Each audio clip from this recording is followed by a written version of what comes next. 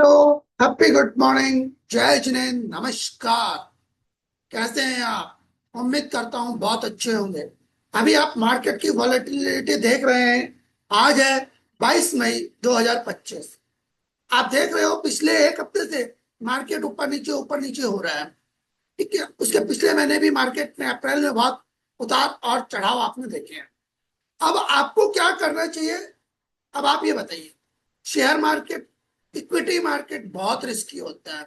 ये अगर आपने अच्छे शेयर चूज कर लिए तो बहुत ऊपर जाएगा, और अगर आपने हल्के शेयर चूज किए तो हो सकता है आपका पैसा भी माइनस हो जाए। अभी आप मार्केट में जेंसोल जैसी कंपनियों के बारे में सुन रहे हैं। प्रमोटर आए, पैसा लिया, इंजॉय किया और चले। आज वो कहाँ का शेयर, 1,000 रुपए का शेयर गिर के 90 80 60 रुपए में आ गया। आप सोचो, जिन लोगों ने वो शेयर लिए होंगे उनके बारे में देखकर ये बहुत अच्छा है। आज तो वो बहुत परेशान हो रहे हैं। इसीलिए मैं आपको हमेशा समझाता हूँ, हमेशा कहता हूँ अपने इन्वेस्टर से, अपने सब्सक्राइबर से और अपने सर्कल में, कि कभी भी किसी भी कंपनी में पैसा लगाने से पहले कुछ बातों पे जरूर ध्यान रखिए। अगर आप प्रारंभिक रूप में इन्वेस्टर हैं, इन्वेस्ट कर रहे हैं, तो आपको कुछ बातें जरूर समझनी चाहिए। और मैं आज आपको वही बातें बताने की कोशिश करूंगा। क्योंकि शेयर बाजार रिस्की होता है और बहुत ज्यादा रिस्की होता है, लेकिन जहां रिस्क होती है वही पैसा बनेगा। अगर आप सेफ्टी सिक्योरिटी के रूप में जाएंगे बैंक में, या LIC, या सॉरी कहीं अदर जगह आप इन्वेस्टमेंट करते हैं, तो आपको एक एवरेज रिटर्न 5 से 7 या 8% मिलेगा। लेकिन आज की डेट में हमारे यहाँ महंगाई दर भी 6% से ऊपर चल रही है। तो आपको वो मिलने वाला ब्याज माइनस के रूप में ही आपको दिखेगा। इसके बारे में चर्चाएं मैंने किसी और वीडियो में की है। फिलहाल मैं यहाँ पर आपको बताने जा रहा हूं कि शेयर मार्केट में निवेश करने से पहले आपको क्या ध्यान देना चाहिए, जिससे आपकी कैपिटल माइनस होने से बच जाए। मेरा नाम है रंजीत कुमार बोत्रा। मैं हूं RK स्टॉक से, जो मैं आपको इन्वेस्टमेंट के बारे में सारी जानकारियां देता हूं। मैंने शेयर मार्केट, म्यूचुअल फंड्स और इन्वेस्टमेंट की विभिन्न विद्याओं के बारे में मैं आपको जानकारी देता हूं। अगर आपको किसी भी जानकारी चाहिए तो आप मुझसे पर्सनली व्हाट्सएप पे चैट करके पूछ सकते हैं। मिलते हैं हम। अब मैं आपको बताने जा रहा हूं कि आपको किस प्रकार की कंपनियों के शेयर खरीदने चाहिए। ठीक है, हमेशा ध्यान रखिए, पैसा आपका है। आप अपने पैसे की सुरक्षा जितने अच्छे से कर सकते हैं, उतने अच्छे से कोई दूसरा व्यक्ति आपके पैसे की सुरक्षा नहीं करेगा। किसी भी कंपनी का जब आप शेयर खरीदने जाएं, तो आप ये देखिए, क्या आप उस कंपनी के बारे में जानते हो? क्या आपने उस कंपनी का नाम सुना है? क्या वो कंपनी के प्रोडक्ट को आप भी यूज कर रहे हो, या आने वाले समय में आप यूज कर सकते हो? पहला।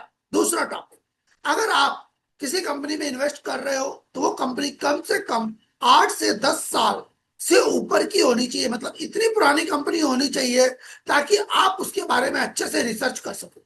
तीसरा, कंपनी के अंदर लगातार ग्रोथ होनी चाहिए। कंपनी आगे बढ़ रही है कि नहीं, आपको ये ध्यान रखना पड़ेगा, देखना पड़ेगा।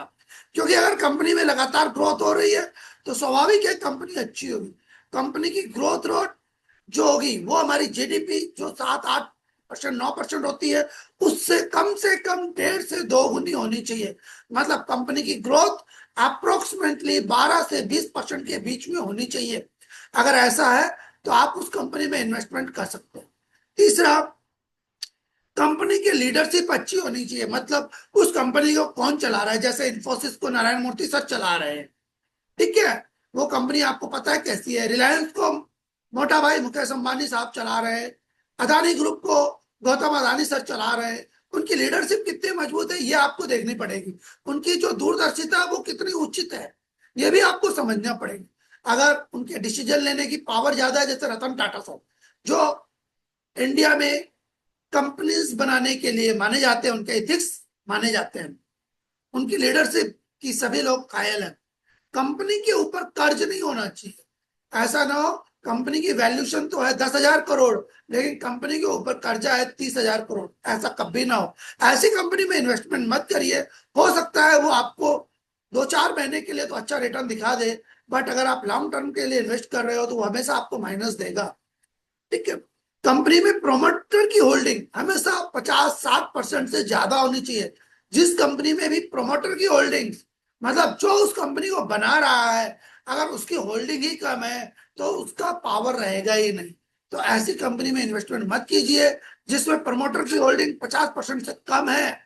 क्योंकि जब उस प्रमोटर को ही अपनी कंपनी पे भरोसा नहीं, तो आप कैसे भरोसा कर सकते हो।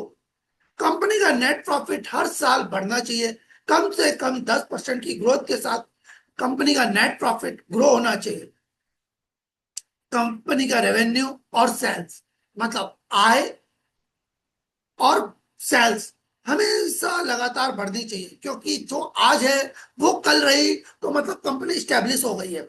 अगर आज है और कल कम हो गई मतलब कंपनी की ग्रोथ कम हो रही है, लोगों का कंपनी के ऊपर भरोसा कम हो रहा है। तो आपको हमेशा ऐसी कंपनी में पैसा लगाना चाहिए जिसकी आय हमेशा बढ़े, और जिसकी रेवेन्यू हमेशा बढ़े, और जिसकी सेल्स हमेशा बढ़े। कंपनी के कैश फ्लो, यानी कैश फ्लो का मतलब ये होता है कि उस कंपनी के पास कितना पैसा रहता है। तो कंपनी का कैश फ्लो हमेशा कम से कम 15 से 20% बढ़ना चाहिए। हर साल उसका कैश फ्लो 15 से 20% बढ़ना चाहिए। कंपनी के रिटर्न्स और कैपिटल एम्प्लॉयज, मतलब कंपनी का रिटर्न हर साल कितने परसेंट बढ़ रहा है आपको ये भी ध्यान रखना पड़ेगा। और कंपनी का रिटर्न ऑफ इक्विटी पर शेयर कितना है। अगर कंपनी का रिटर्न ऑफ इक्विटी पर शेयर 15% से अधिक है तो समझिए वो कंपनी बहुत अच्छी है। आपको ऐसी ही कंपनियों में इन्वेस्टमेंट करना चाहिए। मैंने बहुत सारे गोल्डन रूल्स आपको बताए हुए हैं, किस तरह की कंपनी को आप में आपको पैसा लगाना चाहिए, क्यों लगाना चाहिए, इन्वेस्टमेंट करने के पहले आपको क्या सावधानी रखनी है। ये सब जानकारियां मैंने अपने यूट्यूब चैनल में दे रखी है। मेरा नाम है रंजीत कुमार बोत्रा, और हमारे यूट्यूब चैनल का नाम है आरके स्टॉक, जिसमें हम आपको इन्वेस्टमेंट से संबंधित बहुत सारी जानकारियां देते रहते हैं। और आपको कुछ और भी जानना हो, समझना हो, तो आप मुझसे संपर्क कर सकते हैं। मेरा नाम रंजीत कुमार बोत्रा, आरके स्टॉक से। और बहुत सारी डिटेल्स डिस्क्रिप्शन लिस्ट में दी हुई है, आप मुझे व्हाट्सएप कर सकते हैं। हमारा शेयर मार्केट और म्यूचुअल फंड से संबंधित कोर्सेज भी हैं, आप उसे भी बाय करके उसमें देख सकते हैं। लिंक नीचे डिस्क्रिप्शन में दी हुई है। मिलते हैं फिर नेक्स्ट वीडियो में, तब तक के लिए जय हिंद।